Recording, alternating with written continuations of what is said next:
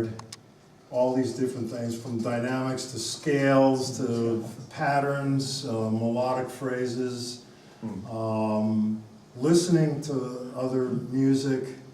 When I was in the Yellowjackets, I have to say that was quite an experience for me, because to be in a band for 32 years and play with pretty much the same musicians for a long time, that also really helps in molding you as a musician. And I took it even beyond that, because I was composing for the band, I was producing, I was doing production coordination. I even got totally, my family is really into art, so my brother was a painter, so I totally even got into visual images, colors, all these things that help in making music and helping to express music and bring music to people. Did you title a lot of the songs too? Yes, I did.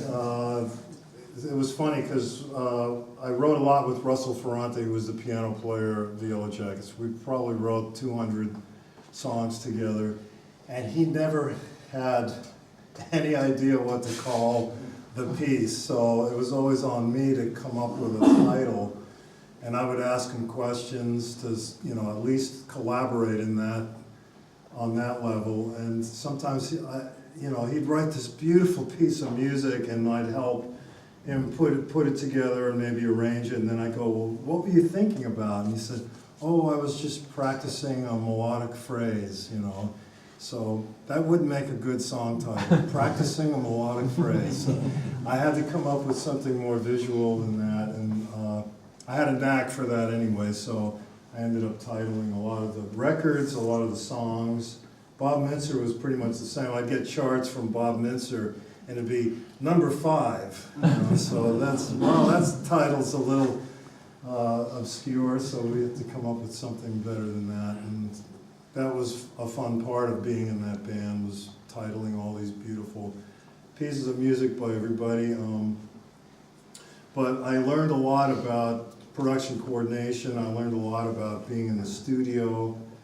I learned a lot about, you know, putting concepts together.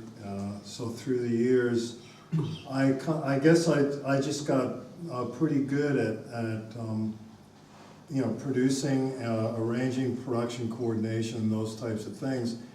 And after 32 years, I started getting a lot of, I mean, even prior to that, I had produced almost 90 records over the course of like 1980 to 2012 when I left the band. I had produced 90 records at that point. So now I'm closer to 140 records produced, and it just keeps growing. It's a really wonderful place for me as a musician to be able to hire musicians. In fact, I even hire bass players a lot. So yeah, I was going to ask you about that. What if you have a guy in there and you say, well, I can do that better? Oh, I try to work with them, you know. I've produced a bunch of bands, and you know, sometimes a bass player will struggle with something, and I'll just go in and try to help, you know, be a teacher and try to help that bass player.